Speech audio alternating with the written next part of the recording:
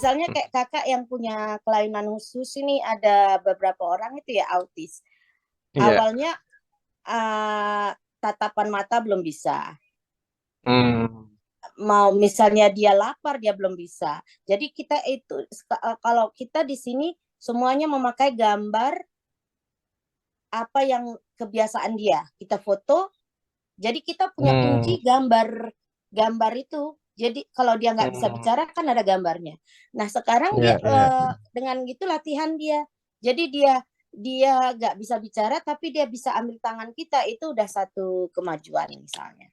Jadi itu Hmm. juga mempermak rasa percaya diri dia ada gitu. Iya, iya. Dan ini lebih ini lagi ya, apa kalau berkebutuhan khusus gitu ya. Jadi negara Swedia itu sangat memperhatikan pendidikan di level sebelum pra SD ya Kak ya. Iya, Catatan-catatan ada dan juga karakter tuh mulai dibentuk di situ. Eh, dan itu terkait sama Golden Age-nya mereka juga nggak sih Kak sebenarnya Kak? iya terkait. Jadi Terkait ya makanya guys. kita, Hmm. jadi kalau bahasa Swedianya itu Förskolan är brun till grundskolan. Jadi maksudnya itu playgroup itu adalah jembatan untuk memasuki sekolah dasar. Hmm. Jadi Oke, kitalah oke. yang memformanya gitu. Sebegitu Jadi ininya ya Kak ya. jadi kita kalau di Swedia itu bulan 3 bulan Ya. 2 itu kita harus membuat kirim semua raport anak-anak yang mau ke kelas 1 ke setiap sekolah mereka pilih. Bulan Hmm. 3 guru kepala sekolah dari dua belah pihak itu dan spesial pedagognya, guru khususnya itu ada meeting. Hmm. Oke, Jadi oke. mereka udah siap. Guru yang misalnya kalau guru kelasnya ada 4, guru kelasnya 4. Jadi mereka ngelihat ini cocok enggak anak ini disatukan dengan kelas yang ini. Kalau Hmm. kalau kita bilang oh ini jangan karena mereka nggak bisa bersahabat misalnya gitu. Jadi Oh kita gitu. yang tahu juga.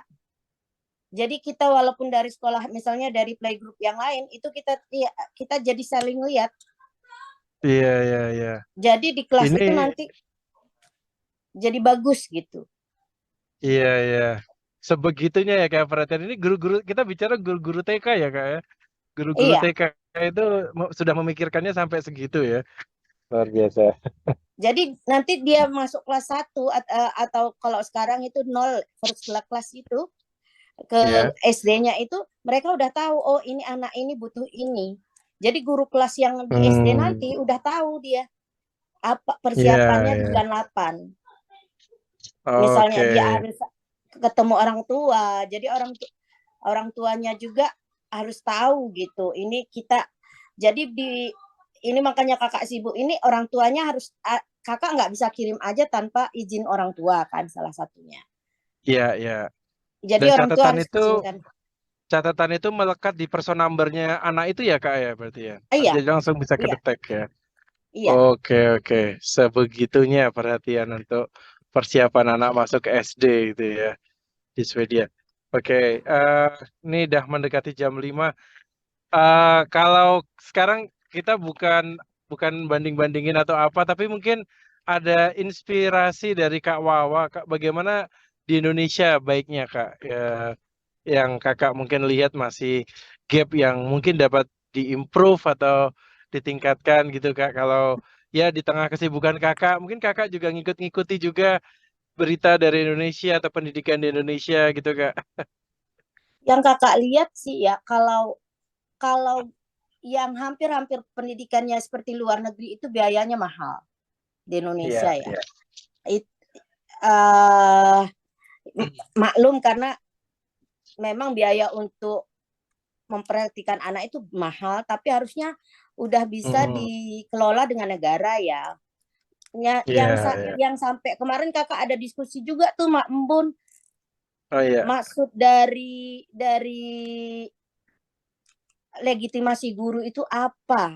Itu kakak diskusi karena kakak punya kakak 2 orang yang guru di Indonesia ya. Iya, Yang iya. sampai sekarang kakak nggak ngerti maksud legitimasi di Indonesia itu untuk apa? Oh, sertifikasi mungkin atau sertifikasi guru. Sertifikasi ya. Ya, Itu sertifikasi untuk guru. apa? Oh Jadi ya, kalau ya. kakak yang ngelihat teman-teman kakak di Indonesia yang juga guru, jadi Iya, mereka itu ngejar uang. Kalau kita di sini kan iya. sertifikasi guru itu udah kita dapat setelah kita setahun sampai 2 tahun kerja, tergantung kepala sekolah kita udah ngakuin kita apa enggak. Jadi sertifikasi guru itu nggak langsung dapat sewaktu kita lulus kuliah, tapi setahun setelah kita kerja kalau di Swedia. Dan sertifikasi guru itu Iya, bisa kita dicabut kalau kita buat kesalahan. iya, iya. Ada ininya ya. Iya, kalau di Indonesia kayaknya nuansanya masih banyak ke penghasilan guru ya, Kak ya. Iya, nah jadi Kesejahteraan anak-anak, itu ya. jadi kalau kemarin itu waktu kakak pulang tahun lalu itu ya, Iya, Kak, iya, Kak. teman kakak bilang, ini aku mau ngejar sertifikasi guru setengah tahun sekali. Loh, kok bisa setiap tahunnya 2 kali dapat sertifikasi guru? Gimana Kok caranya kakak? dievaluasi terus gitu ya, Kak ya. Iya, itu kan harusnya kewajiban guru. Kita sebagai guru kan memang harus evaluasi itu untuk diri kita sendiri, bukan untuk murid kan. Hmm. Iya, Karena iya, kalau di iya. Swedia itu misalnya ujian anak itu bukan, misalnya kalau kayak di daerah kakak itu Iya, kan Kak. ada tes ya, kayak ujian nasional gitu ya kan, JIS. Iya, iya, Kak. Itu dites dari mulai playgroup sampai SD, SMA-nya Iya, itu iya. lain lagi ya. Nah, itu apa? Di daerah kakak ini kan banyak pendatang.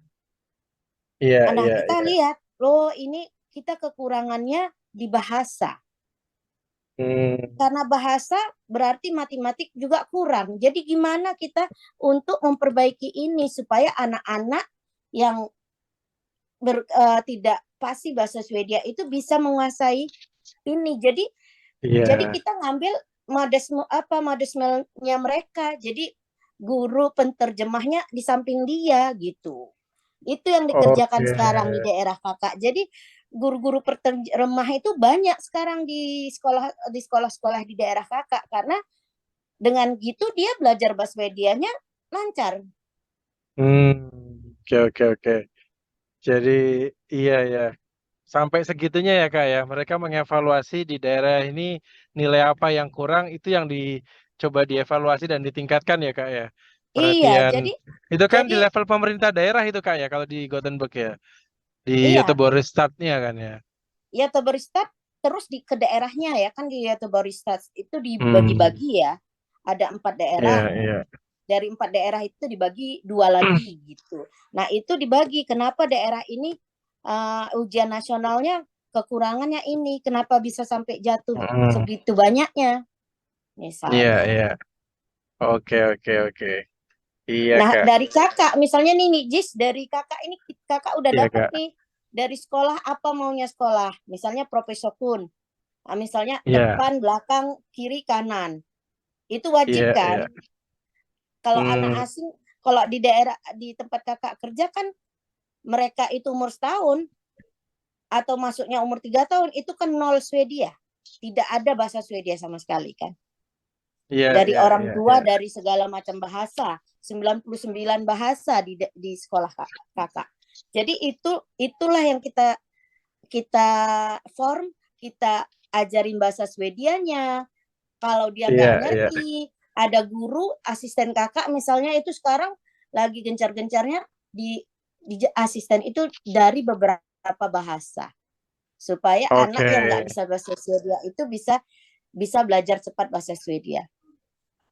Oke, siap, siap, siap, Kak. Jadi kelihatan jelas bagaimana Pemda itu di Swedia serius ya, Kak ya, untuk memfollow up Mm-mm. bagaimana kualitas pendidikan di tiap-tiap apa lah istilahnya kecamatan gitu ya, Kak ya, di tiap Iya. bagian dari Pemda ini. Oke, ini di Indonesia sudah jam 5, Kak. Ini Ah, mungkin kita akhiri dan mungkin nanti ada tanya jawab gitu. Saya iya boleh. kembalikan ke MC gitu mungkin. Iya, oke. Eh, Thank you Kak Wawa untuk sharingnya dan thank you juga Mas Aziz selaku moderator kita hari ini. Iya. Kalau gitu Sama-sama. kita bisa buka ya untuk Q&A-nya. Mungkin di sini ada teman-teman dari alumni Swedia atau mungkin di luar alumni Swedia yang ingin bertanya terkait dengan eh, sekolah di sana, lalu juga kehidupan anak-anak di sana seperti apa. Kalau gitu kita buka untuk sesi Q&A-nya. Oke, di sini udah ada yang raise hand dari Mas Tom ya. Mas Tom, dipersilakan Mas untuk pertanyaannya. Halo, selamat sore dan selamat pagi Kak Aziz sama Kak Wawa. Selamat Sebelumnya sore. terima kasih ya udah dikasih Selamat kesempatan sore. tanya. Ya. Nama saya Tom. Saya ingin bertanya khususnya kepada Mama Wawa. Menurut Mama Wawa, apakah ada perbedaan karakter antara pelajar Indonesia yang pindah sekolah ke Swedia dengan orang Indonesia yang memang tumbuh dan besar di Swedia? Itu aja pertanyaannya, Kak. Ada, jelas ada. Tapi kalau untuk yang generasi muda sekarang ya hampir-hampir sama ya, karena di Indonesia juga keterbukaan itu udah mulai jelas ya. Kalau dulu di zamannya Mama Wawa kan kita anak-anak itu harus dengar apa kata orang tua, nggak berani terbuka seperti sekarang ya. Tapi kalau misalnya contohnya anak Mama itu mereka terbuka sekali, cara berpikirnya udah seperti orang Swedia, terbuka, nggak ada takutnya gitu. Bukan berarti dia nggak ada respect ya sama orang tua. Mereka orang Swedia itu respect sekali sama orang tua. Dengan orang mau yang muda, yang tua itu mereka respect sekali. Cuman mereka berani mengungkapkan pendapat mereka.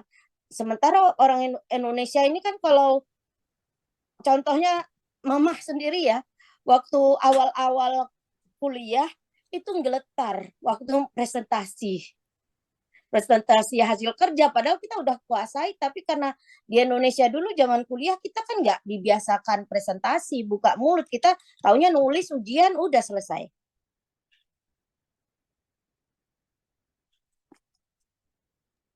Jadi lebih ditekanin ke kemampuan berpikir kritis sama mengutarakan pendapatnya ya, Kak Mama? Iya.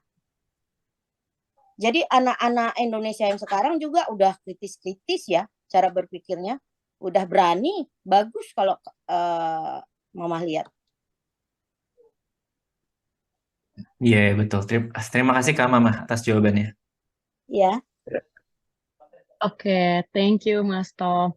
Mungkin karena banyak Gen Z juga kali ya di zaman sekarang yang pertukaran pelajar atau juga ambil sekolah di luar negeri gitu. Jadi mereka berpikirnya lebih kritis, which is really good gitu kan untuk anak-anak zaman sekarang. Oke, selanjutnya kita ada pertanyaan dari Mbak Tri Aryani. Dipersilakan Mbak Tri, langsung aja open mic. Thank you. Oke, terima kasih Mas Aziz dan Kak Wawa. Tadi percakapannya menarik sekali, saling ini ya, apa namanya, jadi terlibat, kita bisa dapat banyak ilmu gitu. Tadi saya ada satu pertanyaan sedikit sih. Tadi kan Kak Wawa menjelaskan mereka mendapat iPad ya dari sekolahnya untuk siswanya. Nah, tapi kemarin pernah baca di Instagram gitu ada postingan bahwa sekarang Swedia kembali menggunakan apa tuh menulis istilahnya.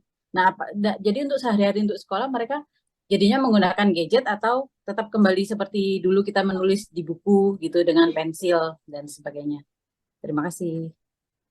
Mereka memang kita udah ini ya observasinya itu mereka ngelihat kalau anak-anaknya itu tulisannya udah pada tidak sebagus dulu dan sudah tidak memakai pena seperti dulu, jadi dikembalikan tapi tetap iPad dengan komputer itu masih sama ada.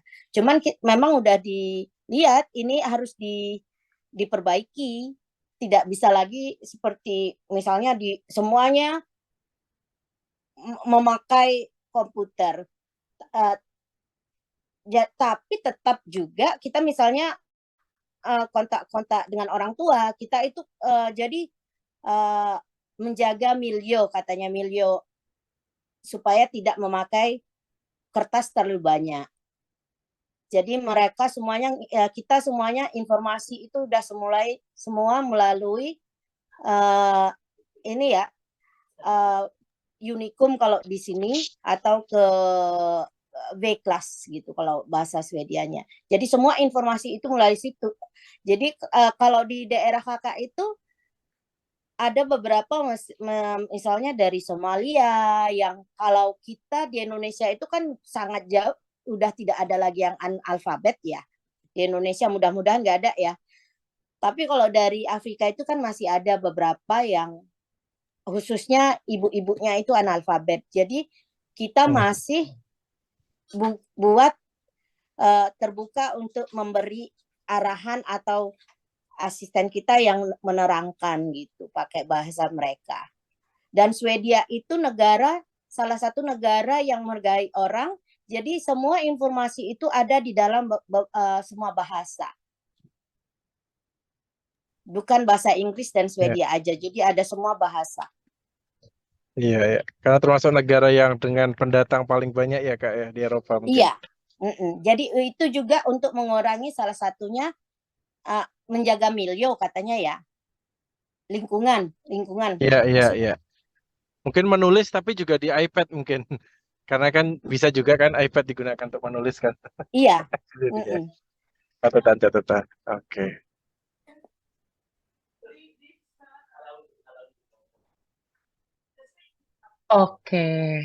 Oke. Thank you Mbak Tri untuk pertanyaannya. Mungkin ada satu lagi yang dari teman-teman yang ingin bertanya. Kayaknya Mbak Rabiatul Adawiyah kayaknya. Ya, saya Boleh Mbak, mau dipersilakan bertanya. Mbak. Ya, sebelumnya ini kan saya berminat untuk ikut acara ini karena saya sekarang ada di Swedia di Malmo, dan saya punya kerjaan menjadi tutor matematik di level SMA, dan itu murid-muridnya di Eropa dan UK. Di sini tuh saya ngerasain banget ya, ketika saya mengajar matematika 1 jam, saya mengajar matematika dengan murid Eropa, dengan waktu saya dulu di Indonesia mengajar 1,5 jam, itu mutunya berbeda sekali gitu. Bahkan saya dulu sering mengajar anak-anak internasional gitu ya, kayak di Indonesia itu misalkan kayak Highscope, Mentari, atau British School Jakarta. Itu menurut saya mutunya, meskipun sekolah internasional pun pendidikannya masih jauh gitu ketika saya mengajar anak-anak Eropa. Jadi kayak di sini saya merasa kayak ada kaget. Jadi akhirnya saya penasaran, emang gimana sih pendidikan di Eropa, yang karena saya di Swedia, mungkin khususnya Swedia. Dan ya terima kasih sekali, tadi saya kayak udah merasa wah menarik sekali ini, ternyata anak-anak itu benar-benar pendidikannya diperhatikan gitu.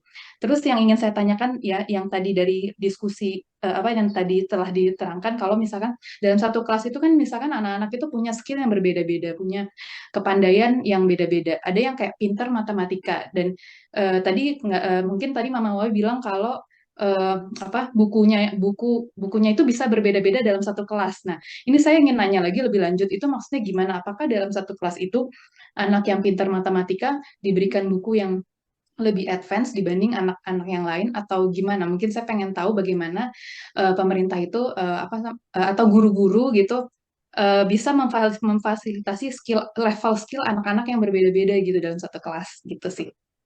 Nah, makasih. Yang pengalaman saya itu anak, misalnya waktu itu anak saya yang cewek ya, itu dia dalam matematik itu pintar. Jadi daripada dia jadi boring, jadi dia dikasih buku yang lain dari temannya. Jadi mungkin sekolah udah itu ada levelnya Kak ya. Mungkin matematika level 1, edisi 1, edisi 2, edisi 3, edisi 4, sampai 10 kali ya. Iya, jadi mereka itu karena kuncinya mereka misalnya kelas 6 dia udah bisa misalnya aplikasi kali-kali berapa, misalnya kita contohnya misalnya kali-kali 10 kelas 6. Nah, mungkin di saat kelas termin pertama anak ini belum bisa. Jadi anak yang kekurangan ini dikasih guru ekstra. Jadi ada kelas ekstra, namanya Start for Matematik misalnya gitu. Jadi anak yang berkekurangan ini dikasih bantuan juga ekstra ekstra kelas setelah jam. Kalau di sini kan kalau SD itu sampai kelas jam 2 gitu ya, jam 3. Jadi dikasih waktu, ada kelasnya. Jadi kalau dia setingkat SMA itu di musim panas juga dikasih untuk sekolah supaya dia nggak ketinggalan. Jadi di saat dia Jadi, tamat SMA dia udah bisa selesai. jadi sistemnya itu kalau di Indonesia kan kayak udah sekolah nih dari pagi sampai siang, terus gitu biasanya anak-anak dimasukin ke bimbel, dimasukin ekstranya lagi guru les atau apa. Berarti kalau di Swedia itu memang kayak semuanya sudah diatur di sekolah ya. Jadi Iya, anak-anak itu sudah mendapatkan semuanya dari sekolah gitu. iya. Nggak Karena kan bimbel lagi di anak-anak, luar. iya benar. Karena kan anak-anak ini punya pemerintah. Swedia itu anak-anak pemerintah. Jadi makanya kalau yang seperti kakak bilang tadi, umur 6 tahun, mulai tahun 2 tahun yang lalu kan udah wajib sekolah ya. Baru 2 tahun yang lalu umur 6 tahun. Nah tahun depan itu udah sistemnya lebih lagi gitu. Jadi udah bukan lagi persiapan kelas 1. Jadi udah dibilang kelas 1 tahun depan. Udah kurikulumnya udah keluar. Jadi itu orang tua yang tidak memasukkan anaknya, itu orang tuanya bisa kena denda dan bisa kena penjara. Dan baru-baru ini ada 2 bulan yang lalu itu, jadi anak sekolah kalau misalnya dia mau libur, orang tuanya mau libur ke Thailand kemarin ya, 2 bulan yang lalu, dan sekolah tidak mengizinkan karena itu dalam waktu sekolah, bukan liburan gitu. Itu orang tuanya kena denda 60.000 uang Swedia. 60.000 kron ya kayak karena Iya, denda. karena itu berarti dia menghambat pendidikan anak. Oke. Iya. Wah, Jadi terima kasih pemerintah itu betul-betul memperhatikan. Iya. Mbak, Jadi contohnya gini, di daerah kakak ya, itu kita perhatikan sekali. Misalnya orang tuanya ini anak kemana kok nggak ada laporan, walaupun kita kalau di playgroup kan belum wajib ya. Tapi kan kita harus ada raport, datang berapa kali seminggu.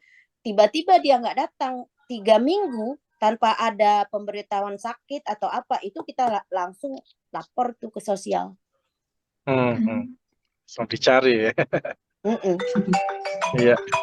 Mbak Rabiatul, kalau boleh nanya tadi kan Mbak Rabiatul cerita beda banget 1 jam di Swedia sama 1 jam di Indonesia dulu tuh bedanya di mana Mbak? Mungkin bisa apa ya, kualitasnya tuh beda banget tuh di mananya gitu loh. Apa level misalnya kita bicara trigonometri lebih rumit atau lebih apa gitu, gimana Mbak? Mungkin saya jadi gimana ya, saya kan berpengalaman sekian tahun mengajar di Jakarta anak-anak les gitu. Itu banyak banget permasalahan anak les di Indonesia itu, mereka pertama nggak ngerti apa yang diajarin guru. Jadi cari les. Kedua nggak bisa ngerjain PR. Jadi level saya mengajar adalah level membantu PR, mengulang-ulang materi dan mengulang pemahaman. Ketika di sini di Eropa itu banyak anak yang kayak saya pengen Furtermath nih.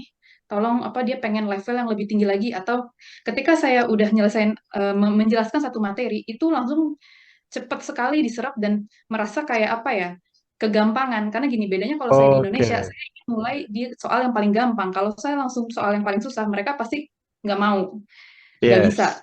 Jadi harus ditungguin dari yang paling mudah sampai akhirnya dia bisa. Kalau kayak bener-bener ya disuapin lah gitu. Tapi kalau di sini kayak wah, dia udah bisa nih, aduh saya harus cari lagi nih. Kayak jadi saya yang jadi mikir kayak aduh saya harus ningkatin skill saya dan materi-materi saya supaya jadi kayak anak itu dalam 1 jam tuh dapat banyak dibanding 1,5 jam di Indonesia. Itu saya kayaknya 1,5 jam itu nggak cukup, malah kayak les lagi 2 hari lagi les lagi kayak gitu sih model. Jadi Oke. Oh, jadi ini anak-anak yang minat khusus memang ya Mbak ya. Ini di level SMA atau apa ya? nama SMP? levelnya kayak SMA itu kayak IB, IGCSE, GCSE gitu, level-level kurikulum. Oke. Jadi di Malmo ngajar di SMA, ya les-les tadi itu ya, di level Les SMA, ya online tutoring sih, online tutor tutoring gitu. ya. Dan Mm-mm. mereka kayaknya memang anak-anak Olimpiade kayaknya ya, Mbak ya. Kalau di Indonesia kita nyebutnya ya. Iya Menarik, mungkin menarik, menarik.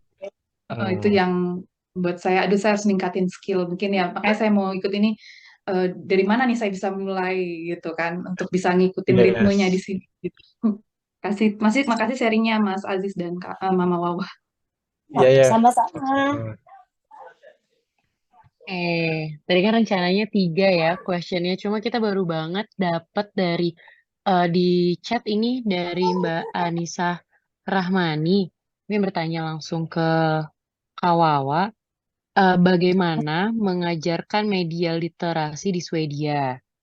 Dan pada usia berapa media literasi itu diajarkan?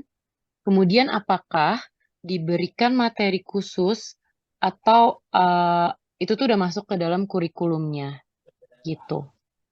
Mohon dijawab Kak Wawa.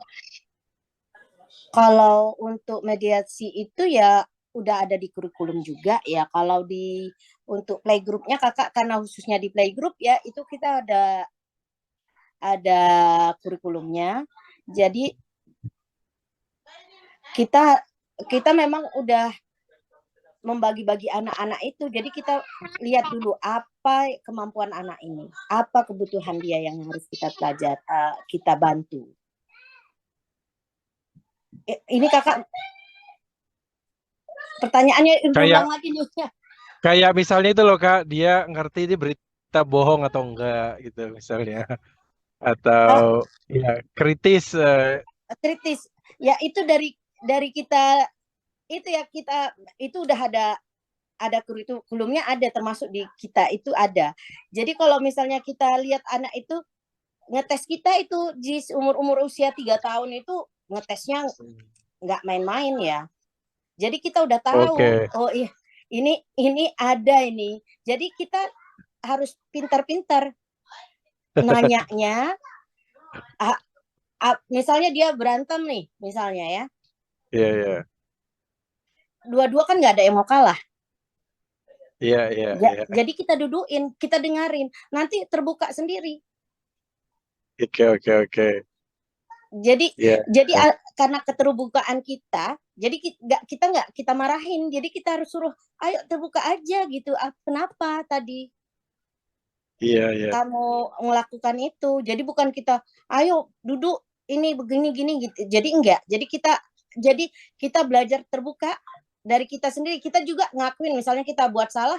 Anak-anak di sini kan kritis, walaupun 3 tahun 4 tahun itu mereka tahu kalau kita salah. Iya, harus betul-betul memberi role model gitu ya Kak ya. Iya, ya karena kita juga contoh dari mereka kan. Misalnya mereka habis nonton video yang mereka lihat di YouTube atau apa, mereka bisa juga tanyakan ke guru ya Kak ya. Iya. Apa yang mereka lihat, sehingga guru harus update juga kayaknya. Harus, dan kalau kita nggak tahu, kita harus terus terang. Aku misalnya nih kemarin nih kan kita, kalau di Swedia kan kita pakai tema ya. Kalau di playgroup itu belajarnya itu tema. Nah ini kita belajarnya senslur itu perasaan, tema kita sekarang ini. Karena kita dari tema itu kita ambil dari kegiatan anak di grup kita ini apa sekarang ini. Kenapa ini di grup kakak ini lagi banyaknya umur 3 sama 4 tahun itu mereka kan saling egosentrumnya kan besar sekali. Nah, itu kita belajar dengan tema perasaan. Jadi dari perasaan itu, kenapa kamu sedih? Anak-anak itu harus berani mengungkapkan kenapa kamu sedih. Misalnya gitu. Nah, tapi kita juga ada pertanyaan dari salah satu murid misalnya, kenapa ada orang kakek saya meninggal? Nah itu juga kan kita kan nggak bisa jawab detik itu juga kan. Nah itu harus kita berani juga bilang, saya nggak tahu. Nanti kita tanya ya ke ibu kamu, kenapa kakek kamu meninggal, sakitnya apa. Jadi kita juga nggak boleh berbohong kan. Iya, iya, iya. Jadi untuk istilah orang Swedia hitapo, jawabannya kalau kakak ingat pengalaman kakak kecil, kadang-kadang kita tanya orang tua kita kan males jawabnya, dia salah-salah aja jawabnya kan. Nah itu yang nggak boleh. Iya, iya, iya. Atau kaidah orang kecil tuh harus menghormati orang tua. Ya benar sih menghormati, tapi terus ini ya seolah-olah membenarkan semua perilaku orang dewasa. Kayak Iya. anak-anak kecil itu harus ngalah. Iya, Atau misalnya jangan ngalah ya, itu kan adik kamu. Itu juga nggak boleh. Orang kalau adiknya mukul dia masa kita biarin? kalau di Swedia ini ya kak ya. Mm-mm. Ya Iya, nggak iya, boleh, adiknya ya dibilangin juga. Betul, iya, adik kamu iya, salah. iya, iya. Oke, Berani minta maaf itu harus benar-benar diajarkan. Oke, thank you Kak Wawa untuk jawabannya. Nah, tadi tuh aku ternyata ke-skip nih pertanyaan dari Mas Prahara. Soalnya aku baca chatnya dari paling bawah, bukan dari atas. Oke, di sini masih ada pertanyaan Kak Wawa. Iya. Mas Prahara bertanya, nah di Swedia atau di Eropa, itu sebenarnya ada sekolah yang menggunakan kurikulum internasional atau nasional plus. Karena saat ini di Indonesia, orang tua itu ternyata masih cenderung nyekolahin anaknya ke sekolah-sekolah internasional gitu. Terus kurikulum internasional plus di sekolah yang di Swedia itu sama atau beda sama internasional plus yang ada di Indonesia? Seperti itu Kak Wawa pertanyaannya. Nah, kalau di Swedia itu, walaupun dia sekolahnya misalnya privat atau internasional sekolah yang memakai bahasa Inggris, dia tetap harus memakai kurikulum Swedia.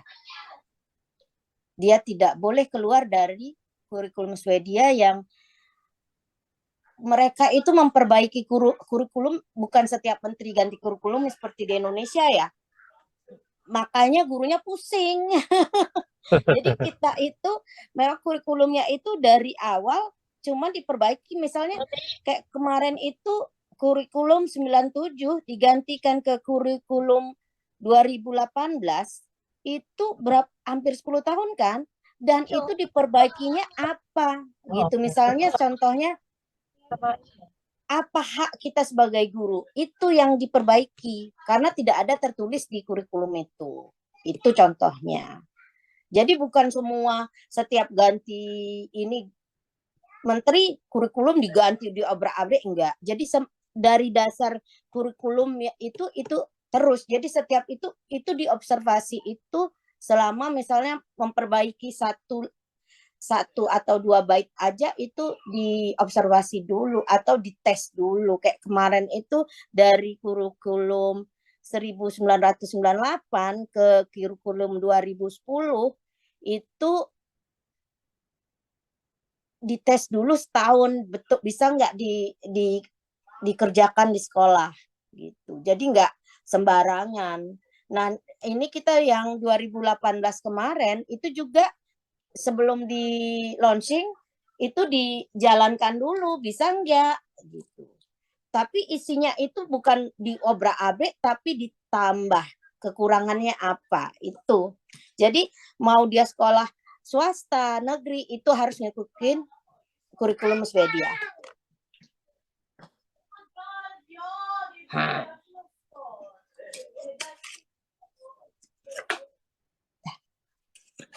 Oke, thank you Kak Wawa untuk jawabannya. Ini Mbak Tri raise hand, masih ada yang ingin ditanyakan Kak Mbak? Oh enggak Mbak, mungkin salah enggak. saya ini. Oke, aku rasa cukup kali ya untuk pertanyaan kita di pertanyaannya untuk saat ini gitu. Dan kayaknya juga udah nggak ada lagi nih dari teman-teman yang ingin bertanya. Mungkin selanjutnya kita bisa game sekali ya, Mbak Angel. Iya, boleh Mbak. Saya mau sharing link ya. Oh ya, aku oke. Sebelumnya aku mau bilang makasih dulu sama Kak Wawah sama Mas Aziz. Thank you Sama-sama. banget.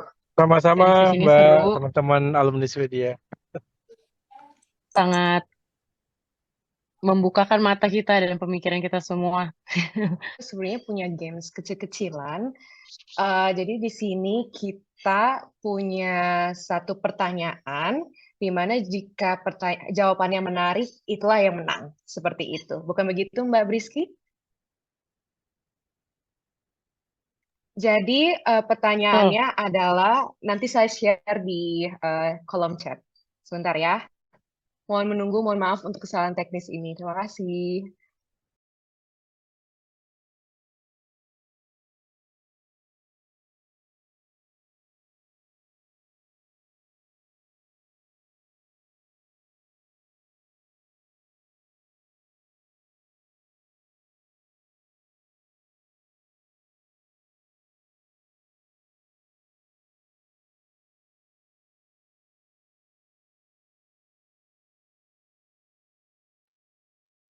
Jadi, questions-nya, share your experience, ceritakan pengalamanmu bersama guru yang paling mengesankan selama di sekolah. Jawaban yang paling menarik akan menjadi pemenangnya.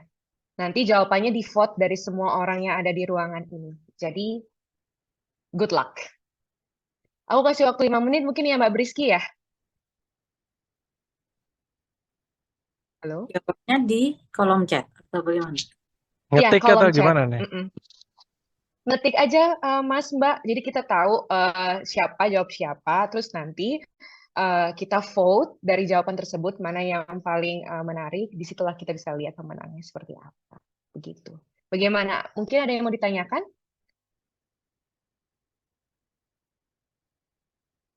Oke. Selamat menulis.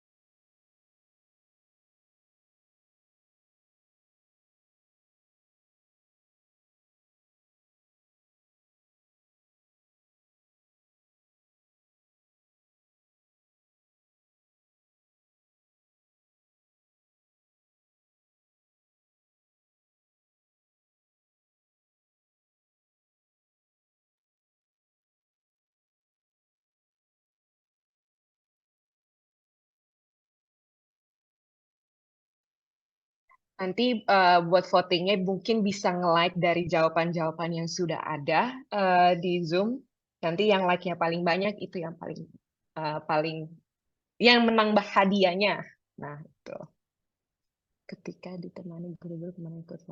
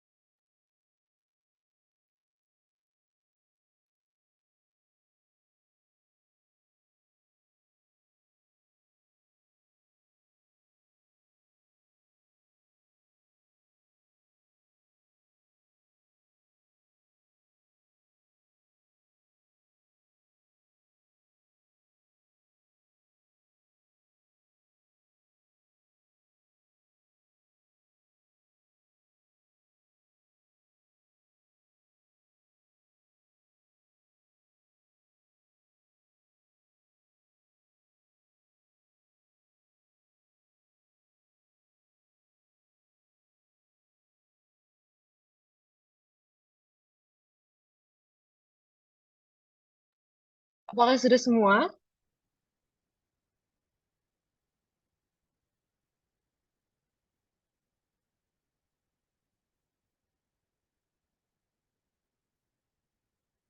Adakah yang sedang menulis lagi? Yang sudah ada di kolom komentar, ada izin baca ya semuanya. Ada dari Kiki P. Utomo. Ketika guru bahasa Inggris, saya mengatakan lupakan buku teksmu, mari berbicara karena bahasa adalah alat komunikasi. Itu mengubah cara saya melihat bahasa dan dunia. Kalau dari Mbak Embun, ada guru TK mengajak ikut lomba puisi. Lalu ada dari Mas Tom, yang sejauh ini saya lihat like-nya paling banyak ya. Waktu kelas 3 SD, aku ngejelasin ke guru SD gimana caranya aku bisa bolos 10 hari tanpa ketahuan. Oke, ini lumayan menarik. Oke, lanjut. Ada dari Mbak Tri Aryani, pernah suka sama anak guru kimia SMA dan teman-teman sekelas tahu dan jadinya ibu guru itu juga tahu. Malu dong kalau nilai kimia jelek jadi belajar mati-matian dan akhirnya nilai bagus kimia dan bisa masuk kuliah jurusan farmasi. Wow, walau nggak jadi sama anaknya bu guru itu. But this is really good motivations. Oke, terus ada Mas Mufti Aziz, guru SMP ku yang memberi aku kesempatan ikut lomba IPS dan akhirnya tim kami dapat juara 1. Wow, keren. Ada lagi dari Mbak Anissa Hamanika Starin, ketika ditemani guru kemana-mana untuk ikut lomba. Tapi paling berkesan sih memang di Swedia ketika guru dan murid terasa equal didengarkan. Aku setuju juga. Aku relate. Kalau dari aku, ketika aku disuruh cium papan mading belakang kelas karena pengerjaan kata bahasa Inggris yang salah. Oke, apakah semuanya sudah voting? Sudah ya.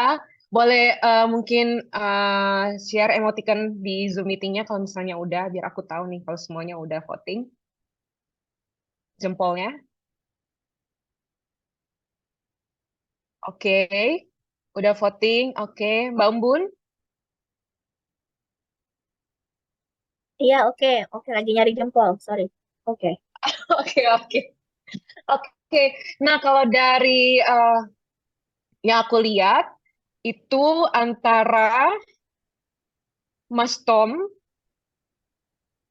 sama Mbak Tri Aryani. Tapi banyakkan Mas Tom kayaknya nih, 4 jempol, 2 emoticon nangis ya itu ya. Oh, ketawa mungkin. Emoticon ketawa. Sedangkan Mbak Tria Aryani dapat 3 jempol dan 1 emoticon nangis. Bahagia kali ya, lebih tepatnya. Oke, jadi kita punya 2 pemenang nih Mbak Embun. Hadiahnya apa Mbak Embun? Nanti dapat GoPay Yeay, GoPay saldonya 50.000. 50.000 untuk 1 orang. Jadi selamat untuk Mas Tom dan Mbak Tri Aryani untuk GoPay 50.000-nya. Jangan lupa traktir kita semua yang ada di sini. Atau Mbak saya Angel sebelumnya, aku kepo nih Oh, sama ya. Mas Tom. Kok kamu bisa ya nggak ketahuan bolos selama 10 hari itu gimana ceritanya? Ajarin dong. Walaupun aku udah nggak sekolah lagi kan mungkin aku bisa cerita ke adik aku gitu. Aku Tips pengen and cerita, tapi mamaku lagi di atas. Jadi kayaknya nggak boleh deh cerita. Nanti dimarahin. Kalau di Swedia tadi udah dipanggil ya mamahnya ya. Iya, makanya ini nggak ditahu gitu. Kalau dicerita kedengaran kan jadi masalah nanti. siap.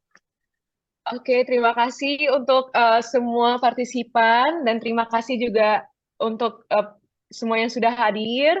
Dan selamat kepada pemenang kita pada hari ini, Mbak Tria Aryani dengan Mas Tom. Dan ditunggu hadiahnya, lagi on proses pastinya.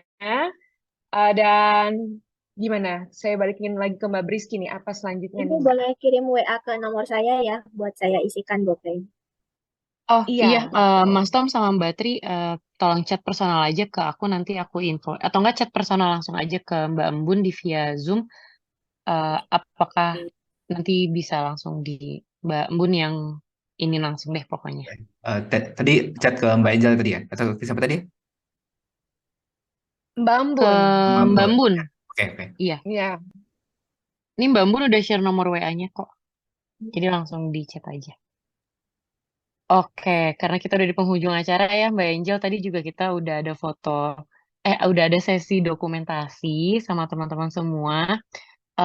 First thing first, kita alumni Swedia mau mengucapkan terima kasih atas kehadirannya, atas waktunya, atas semuanya, pertanyaan-pertanyaannya, aktivitasnya kita hari ini gitu. Lalu kemudian kami juga mau minta maaf apabila kami ada salah kata. Mungkin ada juga tadi game Kahoot yang nggak jadi, untung kita ada backup plan. Makasih Mbak Angel. Eh, Thank you juga buat antusiasnya di event pertama alumni Swedia kali ini. Lalu we hope kita bisa ketemu lagi di next event di alumni Swedia. Begitu Mbak Mbun, mungkin ada Mbak Mbun yang ingin menambahkan? Sudah cukup. Terima kasih terutama kepada Mas Aziz dan Kak Wawa atas sharing insight, pengalaman sehingga membuka wawasan kita bagaimana cara-cara memperbaiki mungkin ya terinspirasi dari pendidikan Swedia. Sampai ketemu lagi di acara berikutnya. Kami mohon maaf apabila ada kekurangan. Assalamualaikum warahmatullahi wabarakatuh. Selamat sore. Waalaikumsalam. Terima kasih, selamat sore. Ditunggu event selanjutnya. Terima kasih kembali. Bye-bye. Terima kasih teman-teman semua.